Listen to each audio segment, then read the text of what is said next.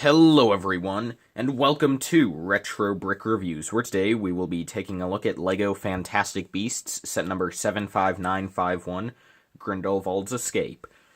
This is the only LEGO set in the first wave of LEGO Wizarding World sets to be based off of the new movie Fantastic Beasts, The Crimes of Grindelwald, and it includes 2 minifigures, 132 pieces, 1 big Thestral mold, and it retails for around $20 in the United States, and without any more further ado, let's get right into it. I'm starting off with Gellert Grindelwald, and the reason I am is because I want to get the one thing that I really think is kind of bad about this set out of the way, so I can be positive the rest of the way through, because, yeah, I think this figure is kind of bad. Let's start with the accessories, the first of which is that's a Power Blast from LEGO Superheroes. I think the intent is that it's supposed to be coming out of the wand, but then again, in the first Fantastic Beasts movie, Grindelwald, and by the way, I'm going to switch between calling him Grindelwald and Grindelwald. Both are technically correct from what I can tell, so don't mind that. Anyway, he can do magic just with his hands in the first movie, which is absolutely stupid. He can just use the Force, I guess. So, it could also work for that. But yeah, it's just a Power Blast. I would just leave it off of the figure when I'm displaying this set. I mean, it's a nice piece. It would go great for, like, Iron Man, but it doesn't fit with Harry Potter. But anyway, and if you don't know how this works, you just grab the figure, press it on the tail, and it will not fire out because I was holding too much of the tail. You need to just get this very back bit, and it'll just fire off. And it's a pretty good projectile. It doesn't damage the minifig hands at all, which is great. Since, like, what were they called? The Super Jumpers from Superheroes a couple years back did damage the legs, and those were pretty awful. So I'm glad that these new action features don't harm the figures at all. Anyway, Grindelwald's other accessory is just a tan wand, which I think is supposed to be the Elder Wand. But then again, I saw The Crimes of Grindelwald only once, and I don't have many plans to see it again, so for all I know, it could really be just any tan wand, but I think he has the Elder Wand at this point in the story. Anyway, taking that off, I do want to mention that there is another accessory that I'm not going to tell you what it is, since I feel as though it would be kind of spoilery to the movie to tell you what it is, in case you for some reason want to see The Crimes of Grindelwald. Don't know why, it was really disappointing, at least in my opinion, but that's just my opinion. Anyway, there are, well, technically 2. There's a little animal from this scene that I think would have been cute to include. And then also he has something that's kind of important, and I kind of guess that the reason they didn't include it is because it would have been kind of a spoiler, or at the very least it would have ticked people off that there's something spoilery here, since it probably would have required a new mold. Anyway, looking at the figure itself, when this was revealed, this is the one thing that annoyed me about the set, because if you remember, when I made my list of my top 25 sets from summer that I wanted for summer 2018, all of the Harry Potter sets were in, like, the top 10, except this one was really low, and it was because of this figure, because this is just not a good minifigure at all. Starting with the hairpiece, I guess it's alright. I mean, I think LEGO should have given Grindelwald a new hairpiece, but I mean, I guess this is alright. I mean, this is more acceptable than Newt not getting a new hairpiece, let's say. And unlike Newt, I do feel as though this is at least the best existing choice. I remember when this figure was first revealed, and I thought that maybe instead they should have gone with, like, the white, you know, the hairpiece they used for the original Doc Brown figure in the DeLorean. Said I felt as though they should have gone with that piece, but in the end I feel as though this is better. But it's not accurate for this scene, because this is when Grindelwald's been imprisoned for 6 months and he's just, escaping. So we should have, like, long white hair. I'm thinking the Aragorn hairpiece in white. That came for, like, the Admiral in the Ski Speeder set from The Last Jedi. You should have that hairpiece. Anyway, the face print is not Johnny Depp. It's just super generic. You want to know what a LEGO Johnny Depp looks like?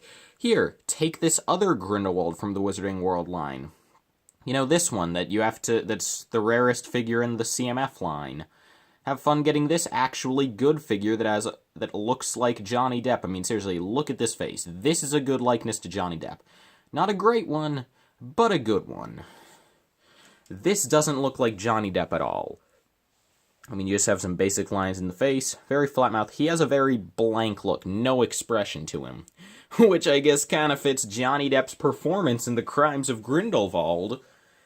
But anyway, yeah, you can see that one of his eyes is gray, which I guess is supposed to represent the cloudy eye. Personally, I don't think that's a great representation. I feel as though maybe they should have done it like, just, maybe have it look more milky, like maybe go with a light gray. Or maybe have it be sort of like just, maybe not have the pupil? I don't know, it just doesn't look cloudy enough, in my opinion. Anyway, turning this face around, we go from not having enough detail to having way too much detail. Now his face is covered in wrinkles, and it just looks really bad. He has upper teeth, but no lower teeth. It just looks weird. And, like, also, this figure, like, there's no mustache here, and at first I thought that was going to be because J.K. Rowling had realized that fans thought the mustache from the ending of the first movie looked really stupid, so she was ditching it. But no, it's still there. Grindelwald never has a place in the movie where he has no facial hair, so this figure is just inaccurate on that front. And in this scene, I get that they didn't want to have him with the mustache, since that would make him too similar to the CMF version, but in this scene, he has a beard. Print the face with a beard. That would make it different. Anyway, the torso print is, I'd say, the one part of this figure that's kind of okay. I mean, you have the olive green shirt, you have just the coat, you have the necklace. I like the necklace. And you have half of that star emblem that is completely butchered by the fact that the hip printing is completely off-center on, not just mine, but on literally every single copy of this figure I've seen. It's almost as if that's an intentional thing that they're making it look bad. And, like, why didn't they just have the whole symbol on his torso? Move up the shirt a bit and just have the full symbol, or make the symbol smaller. It's just weird to me that they intentionally cut it off when it didn't really need to be. And then the leg printing is very simple, but something that LEGO managed to avoid pretty much entirely with the Harry Potter line, but then they completely forgot about here is, this guy has some pretty great black coat on the front, but turn him to the side and that just disappears. I mean, like, really, the only figure in the Harry Potter line that had this problem was Filch, but that had inverse colors, and for some reason it's not too distracting when you have gray on black and the gray disappears. But when you have this darker color disappearing from a lighter color, it's really obvious and looks really cheap. Not as cheap as Ben Kenobi having brown robes and then tan legs, but it's still very noticeable. And then the back printing is basically, it's very simple, stock and standard. I've spent way too much time talking about this figure that doesn't really deserve it. Yeah, if I were to make some changes to this guy, I would switch out the face for the CMF, because even though he should have a full beard here, a mustache is better than nothing. Give him some sort of longer white hairpiece. Maybe even go for, like, a light blonde, because, or a tan, because in this scene, he obviously hadn't been able to dye his hair bleached he hadn't been able to bleach his hair in a while, so it was starting to look like actually blonde, which looks so much better. And, like, why, JK? Why are you intentionally making Grindelwald look like a joke in these movies? Anyway, so yeah, so maybe the Mad Eye hairpiece, or that white Admiral Emmett hairpiece, that's the guy's name. Keep the torso, and then maybe just go with stark black legs, so you don't have the cutoff at least.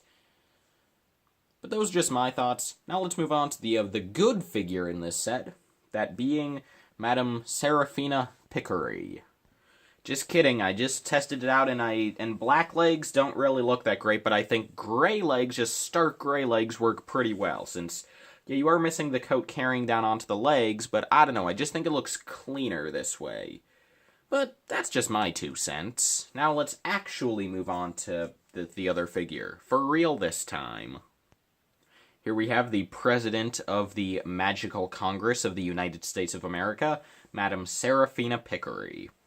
And, yeah, this figure gets a purple wand. It is a wand that's purple. That's pretty wacky. And you also get another Power Blast. It works the same, obviously.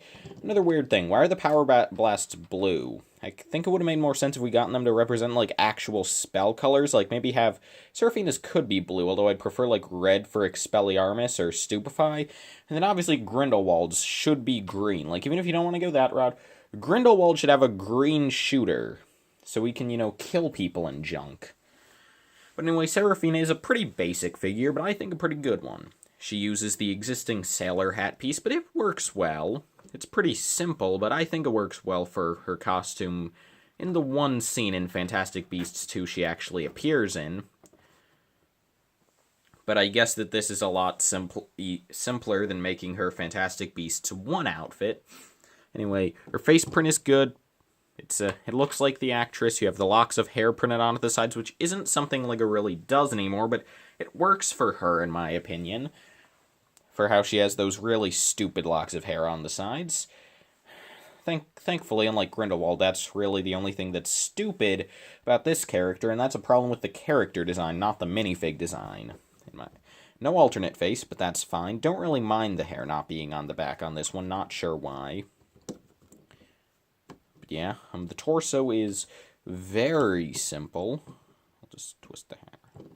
Yeah, the torso is very simple. You have a little neckerchief, bit of the neckline is exposed, some negative space and some wrinkles. On the back, it's just, again, negative space and wrinkles, and this is my first time getting to talk about the new dress piece. Unlike the old slopes, this is the same height as a pair of minifigure legs. It is curved at the back, and you also have these little sort of angles, so it's not a completely flat 2x2. There is a bit of curving there. Well, I guess wedging, really. There aren't really any curves here except this. And yeah, I mean, just taking this off, it has the standard 2 pegs at the top, and on the bottom it's completely hollow, so it is a very light piece, which I don't think there's much of a problem with. However, something I do think is a bit odd is how this doesn't really line up with the torso. You can see that the torso just juts out a bit farther on the front, which I don't mind. It's not a huge thing, just a bit strange to me. But yeah, that's really all there is to say about Madame Seraphina Picquery, because unlike Grindelwald, she's a really great figure, and it's a lot harder to talk for way too long about why a machine is working correctly, and it's a lot easier to talk about why it's broken. So yeah, anyway, so those are the figures of the set. Only 2 for a $20 set, which, I mean, considering the other minifigure ratios in Harry Potter sets, I feel as though maybe there should have been a third, but I'll get more into that in the final verdict. I accidentally just gave you a sneak peek of my minifigure stand, so sorry about that. And yeah, without any more further ado, which I've been giving way too much further ado already in this video, let's get on to the actual build itself of the Thestral drawn carriage. So here we have the Thestral drawn carriage, and forget about the carriage, let's start by talking about the thing that people are actually gonna get this set for, and, well, have been, the new LEGO Thestral. Back in 2007, LEGO made a new mold for the Thestral. Unfortunately, it was also the same new mold they made for the skeleton horses for Castle, so the Thestral was just a black skeleton horse with bat wings. This time, I guess LEGO decided to do a slightly more eloquent approach, although this one does still get the new mold, except this one is more modern. It looks a lot like a Thestral. You have some very nice ethereal printing up at the front, just with some shaping for the head bones, and then just that milky eye. And you get one of those on both sides, which is good. It's basically just white and blue.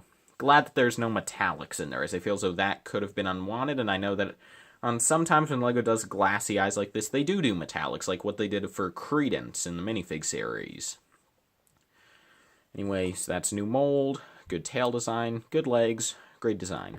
What I believe is another new mold are these wings, which are randomly double molded, which is, or I guess marbled would be the correct word, which is how LEGO always used to do double molding, and we still see it a lot of times today, like we see it on dogs and on two-color trees and stuff like that. Don't know if LEGO actually still does two-color trees now that I think of it. But anyway, yeah, these wings have black on the front, and then at the backs and just at the edges of the poles, we have smoke. What's good about mine is that it is random, but mine does have a lot of black going still on the little phalange bits. Not completely, like on this one it gets clear near the end, but like for something that's randomly molded, that's pretty good. And just like Lego horses, in the middle here's a gap. However, this one is a 2x2 rather than the standard 1x2 of a Lego horse, which is nice, and this whole build inside fits in here quite snugly, and like you have these little bars down here, but I don't really mind those. You get these lightsaber hilts, but you could just attach those with the carriage. I just didn't because it just came apart with it like this. I don't mind those. You can keep that on or you can fix it. It doesn't matter to me. Both look good. What doesn't look good is that tan plate in there. Why isn't that black? That should be a black plate. I just don't like it being tan. I'm not a fan of that. And then on the bottom you just have some molding for the rib cage, which is pretty cool. Sharp toes. Yeah, this is a pretty awesome Thestral. But let's connect it back up to the carriage, as that still is the main build of the set. And we don't want to get too distracted now, do we? Okay, so the carriage itself. Starting off, the Thestral bit at the front, it can turn, so you can turn the front wheels, which I think is pretty good. Much larger wheels at the back, obviously, as you can see. And up here at the front, you have this nice railing using some plant pieces in black, and you just have a seat there, so you could put your carriage driver, who isn't included in this set, but I guess for the sake of demonstration, we could just sit Grindelwald here. No reins for him to hold, but I guess you could pose him holding the bar if you want. You have some nice lanterns up on top, and at the back, you have another space where you could comfortably sit one figure, sitting backward or forward, or if you wanted to cram figures in, you could have two sitting back to back. I'll just grab this this random figure I just have made up for no purpose, so you could sit figures back to back, or you could sit facing each other, so you could fit two there. So that's good. I'd imagine that when I was younger, I would have gotten a lot of kick out of that. I remember always trying to shove as many figures as I possibly could into the old night bus from 2011. And this is kind of like that. Anyway, and then on the side you have these large opening doors, which could have done with a sticker on them to show sort of the locking mechanism that they had in the movie. I don't really mind that it's not there since I'm not a fan of stickers. I'm just saying that it could have been there. So I'm kind of indifferent on the subject, although I could see some people being kind of annoyed about that. Also, I'm not entirely sure how I feel about the tan used around the top. I'm guessing that that's supposed to be gold, judging by the gold jumpers and studs, but I don't know. I feel as though that I don't like that part of the color scheme. Maybe it's because, unlike the Hogwarts Express, where we just had the tan to go off of on the carriage so it looked natural, here I feel as though it contrasts too much with the actual gold, so they should have just kept that black, maybe. I don't know, but anyway, if you want to get in, you can open the doors, and you can also remove the roof. And inside, it's very simple. You just have a little tile up front and a nice plush seat in the back. And again, you could fit an easy one figure sitting on that or two facing each other. And you could also stand at least a figure or two on the ground there. So that's good. You could fit a lot of figures in here. And judging by the scene in the movie, if I'm correct, there were, I want to say, 4 or 5 people inside? Yeah, I want to say 5. Well, 4 normally, and then 5 when including the figure that broke in. The character that broke in, rather. I'm not going to tell you who it is, since that would be a spoiler. But anyway, so yeah, that's the carriage. Now let's move on to the box, instruction manual, extra pieces, and we'll wrap up the review. The box is very long, but which I think is interesting, but I think for the shape of the set it works well, since this is obviously a long carriage. You have the information presented on the left. On top you have the Fantastic Beasts logo, as well as on the right you have Newt, Tina, and Niffler. Interesting assortment. You'd think that they'd put Grindelwald or Jacob over a small rodent, but I mean, I don't know, I guess the Niffler is kind of cute, I guess. To me it's kind of just the minion of the Fantastic Beasts series. I mean, I think it's kind of cute a few points, but it overstays its welcome way too much. Anyway, graphic on the front is good. Makes the Thestral look huge, but that's okay, since it deserves to be huge. It's the best thing in the set. The figures are dueling. Yeah, okay. Turn the set around to the back, and we have, I guess, them dueling on the carriage, on the ground. It shows you how power blasts work if you're a big stupid. You can take the roof off, and I guess there you have Seraphina petting a Thestral. That's average. On the top, you have a tiny Thestral and a really small Seraphina with Gellert Grindelwald sporting the actual size reference. Over here, you just have a Lego Life Ad and the Fantastic Beasts logo upside down. Here you have the Fantastic Beasts logo right side up in the set image. And here you just have your basic legal info. Yeah, it's a box. The instruction manual is a manual that instructs you on how to build the set. The set has a total of... where is it? 41 steps, plus a page that shows you everything complete. It's all no numbered bags. Over here we have an ad for the 3 wide-release Harry Potter sets, those being the Aragog set and the 2 Hogwarts sets. Over here you have an ad for the 2 Fantastic Beasts sets and the 2 wide-release Brickheads. And we have a checklist for the figures from all 5 wide-release sets. Here you have a Fantastic Beasts Lego Life ad, which I like, and I think the character selection here is more fitting than the selection on the front of the box for the main logo for Lego Fantastic Beasts. Although this one is helped by that it has 4 characters instead of 3. And then here you have a parts checklist. And hey, you could win! Yeah, you're not going to win. Don't even try. The extra pieces in the set are, for the most part, kind of bland, with a couple exceptions. One of those being the purple wand.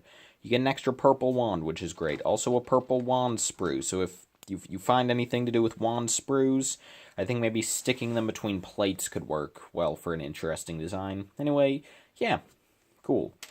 You also get a standard tan wand, of course, as an extra, and what's interesting is that the sprue on this one is different from every other sprue I've had in a Wizarding World set. Minifig series, Polybag, Fantastic Beasts, Harry Potter, whatever.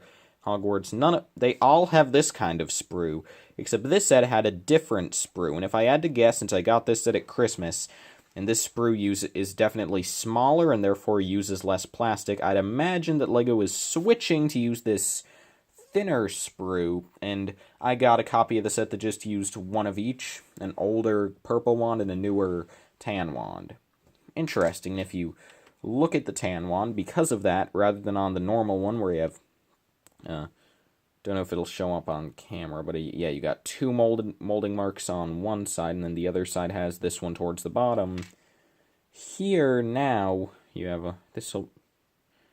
where are they? Yeah, you have all 3 molding marks on one side, which is interesting. But other than that, you just get a gold stud, a couple Technic connectors, a thorn, an Exoforce hand, and if this would just stay, these connectors need to stop moving, a black lightsaber hilt, which is pretty common nowadays, but I remember back in 2012 when I thought these things were so cool, and I wanted to get as many black lightsaber hilts as possible, because, I mean, lightsaber hilts were silver. Back in 2012, who'd ever heard of a black lightsaber hilt?